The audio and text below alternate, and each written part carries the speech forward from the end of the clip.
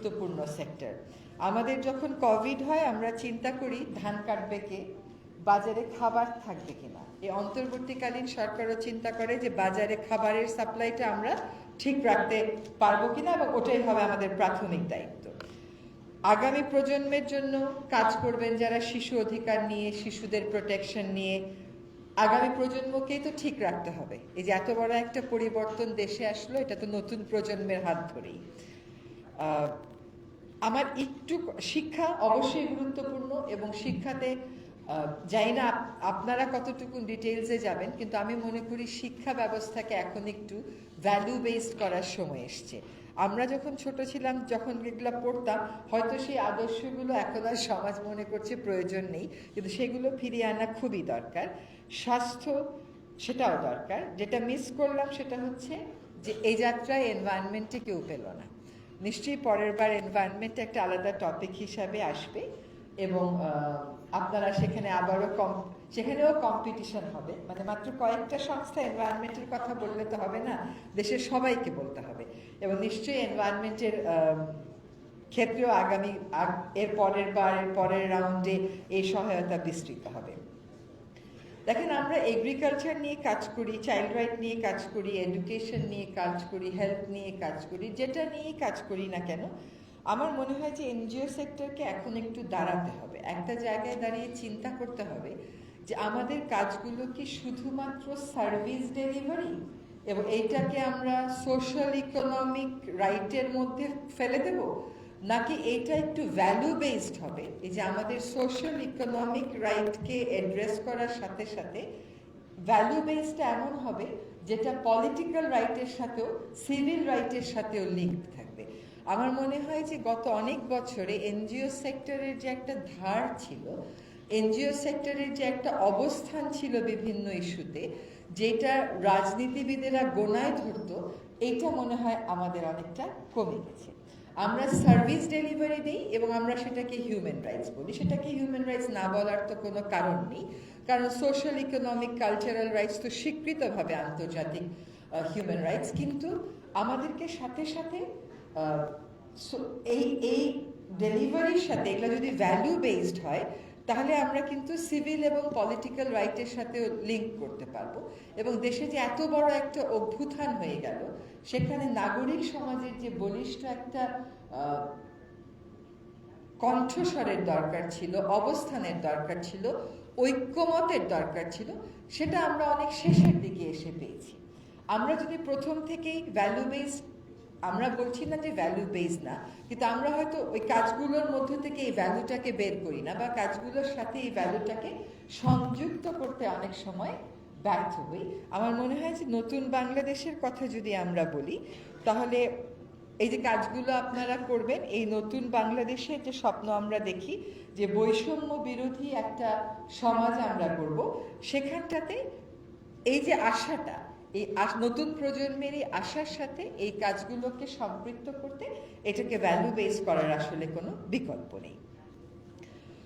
এবার একটু আমি আসি যে আমাদের লোকাল লেভেলে যারা কাজ করেন, তাদের আসলে বিদেশি সাহায্য পেতে, দাতা গোষ্ঠীর সমর্থন পেতে কেন এত কষ্ট হয়। এটা কি এই জন্য যে তারা ইংরেজি লিখতে পারেন না?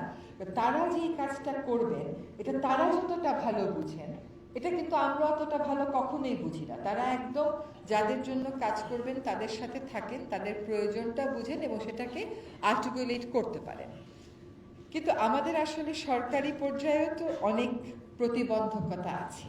যেমন আমি জানি ব্যক্তিগতভাবে যে একটা লোক খুব ভালো কাজ করছে খাগড়াছড়িতে বন্যপ্রাণী নিয়ে, কিন্তু সে, এবং আমি এটাও জানি যে ইউএসএআইডি কিন্তু বন্যপ্রাণী এই সমস্ত ব্যাপারে অনেক সহায়তা দেয়, কিন্তু সেই ইউএসএআইডির সাহায্যটা পেতে পারবে না। কেন পারবে না? সে ইংরেজি লিখতে পারলেও পারবে না। কারণ হচ্ছে তার রেজিস্ট্রেশন নেই। এখন এই রেজিস্ট্রেশনের প্রক্রিয়াটা যে এত কাম্বারসাম করে রেখেছে আমাদের সরকার, মানে আমি গতকাল নিজে ফোন করেছি এনএসআইতে, যে আমি যে প্রতিষ্ঠানে ছিলাম বা অন্যান্য বড় বড় জাতীয় মহলে পরিচিত, তাদের ফাইলগুলো গিয়ে সেখানে আটকে থাকে। এমন ভেরিফিকেশন হয়, ভেরিফিকেশন হতে হতে বলে না, টাইমই পার হয়ে যায় যে কাজটা করতে চেয়েছিলাম সেই কাজে। তো আপনারা এনজিও গুলোর কাজটা বুঝেছি যে আপনাদের রেজিস্ট্রেশন লাগে, কিন্তু আপনারা যদি লোকাল লেভেলে ধরেন রেজিস্টার্ড এনজিওরা দায়িত্ব নিয়ে যদি লোকাল লেভেলে যারা কাজ করে, ভলান্টারিজম প্রমোট করে, ক্রিয়েটিভিটি প্রমোট করে, তাদেরকে সাপোর্ট করতে না দেন, তাহলে রেজিস্ট্রেশনের বেড়াজালে কিন্তু আমরা সকলে আটকে যাব। এই রেজিস্ট্রেশন করা এক ঝামেলা, রেজিস্ট্রেশন রিনিউ করা একটা ঝামেলা। তো সরকার সবকিছু ইনকাম ট্যাক্স পেমেন্টও এবার অনলাইনে করে দিচ্ছে মানুষের জীবনটাকে সহজ করতে।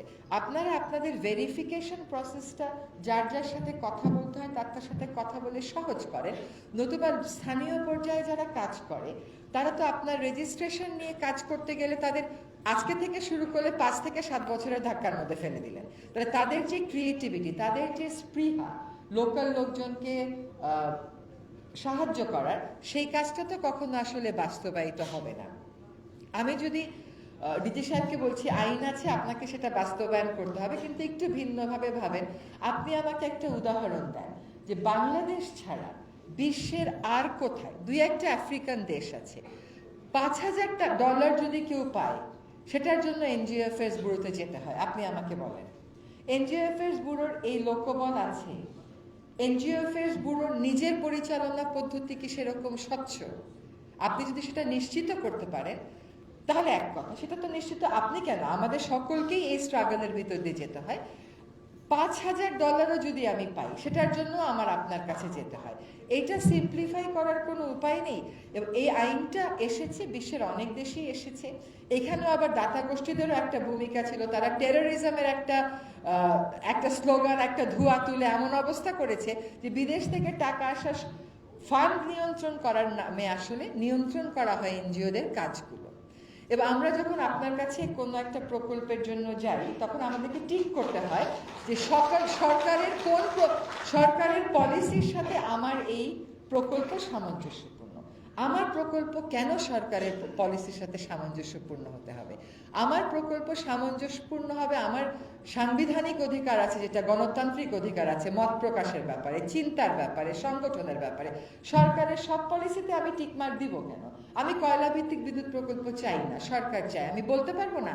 আমি কয়লা ভিত্তিক বিদ্যুৎ প্রকল্পে ক্যাম্পেইন করতে পারবো না, অ্যাডভোকেসি করতে পারবো না? এগুলো আমার মনে হয় এখন সময় আমাদের চিন্তা করার। এবং আপনিও একটু বিবেচনা করে দেখেন যে আসলে আইনটার উদ্দেশ্য হচ্ছে আমার ফান্ড ফ্লোটা কোত্থেকে আসে এটা আপনি দেখবেন, আমাকে যাতে টেরোরিস্ট কোনো অর্গানাইজেশন ফান্ড দিতে না পারে সেটা দেখবেন, মানি লন্ডারিং না হয় যেন সেটা দেখবেন। মানি লন্ডারিং কি আপনি ঠেকাতে পেরেছেন? আমরা যত বিলিয়ন ডলার পাচারের গল্প শুনছি, আপনার এই আইন দিয়ে তো আপনি ঠেকাতে পারেন নাই। এমনকি মানি লন্ডারিং আইন দিয়েও আপনি ঠেকাতে পারেন নাই। শুধু এই স্থানীয় এনজিও গুলোকে নানান আষ্টে পৃষ্ঠে বেঁধে, আমরা যারা জাতীয় পর্যায়ে একটু কথা বলতে চাই আমাদেরকে নানান আইনের বেড়াজালে ফেলে এটা করাটা এখনকার সরকার চাইবে কিনা আমি মনে করি যে আমাদের নাগরিক সমাজের এক হয়ে একটা অবস্থান নিয়ে এই কথাটা সরকারের কাছে বলতে হবে। এবং এনজিওগুলোর কেন সকল সরকারি দপ্তরেরই কাজের করার ক্ষেত্রে সীমাবদ্ধতা আছে। আপনার তো লোকবল নেই। আমার একটা বাস্তব উদাহরণ দিই। আমার প্রকল্প পড়েই আছে, যখন আমি বেলাতে ছিলাম পড়েই আছে, অ্যাপ্রুভাল হয় না। তো আমি জিজ্ঞেস করলাম কারণটা কি? বলে যে এখন বি দিয়ে যত এনজিও আছে তাদেরকে একটা অফিসারের কাছে অ্যাসাইন করা হয়েছে। এখন বেলার আগে আছে ব্র্যাক, এখন ব্র্যাকের প্রকল্পের ঠেলায় তো বেলা আসতেই পারে না। এখন এটা একটা মুশকিল হয়ে যাচ্ছে আমাদের জন্য। কাজে আমি বলবো যে এটা সত্য, সরকারের একটা নিয়ন্ত্রণ থাকতে হবে, কিন্তু সরকার কোন পর্যায়ে যে নিয়ন্ত্রণ করবে, সরকার একটা নিয়ন্ত্রণমূলক সংস্থা হবে কিনা। সরকার যদি সত্যি মনে করে যে এনজিওদের কার্যক্রম, বিশেষ করে মাঠ পর্যায়ের এনজিওদের কার্যক্রম সরকারকে বরং সহায়তা করে, তাইলে আমি মনে করি ফ্লেক্সিবিলিটির জায়গাগুলো এবার আমাদেরকে খুঁজে দেখতে হবে। আপনি কেন $5,000 দায়িত্ব নেবেন? এটাও আমার আপনার কাছে যাইতে হবে? আমি তো গণতন্ত্রহীন একটা দেশে বাস করি না। এগুলোকে একটু চিন্তা করে রেজিস্ট্রেশন প্রসেসটা একটু সিম্পলিফাই করে এগোতে হবে। কারণ রেজিস্ট্রেশন প্রসেস তখনই বেশি রিজিড হয়ে যায় যখন আপনি যে মতাদর্শ ধারণ করেন তার ভিন্ন মতাদর্শের কেউ রেজিস্ট্রেশনের জন্য অ্যাপ্লাই করে, তো ভিন্ন মতাদর্শ থাকবে না, সেটা তো থাকবেই দেশে।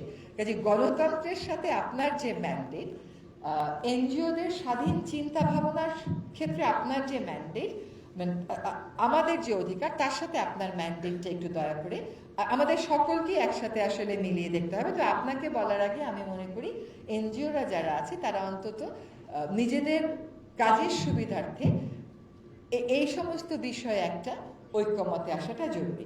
আশা করি যারা 18 জন আজকে এই অ্যাওয়ার্ডটা পেয়েছেন তারা একটা মূল্যবোধ থেকে আপনাদের কাজগুলো পরিচালনা করবেন। আশা করি এনজিওএফএস ব্যুরো আপনাদেরকে সহায়তা করবে এবং আশা করি একটা দিন এমন আসবে যখন আপনারা আর ব্র্যাকের মাধ্যমে নয় নিজেরাই আসলে অ্যাপ্লাই করতে পারবেন এবং দাতা গোষ্ঠী থেকে সহায়তা পাবেন। সকলকে অনেক ধন্যবাদ।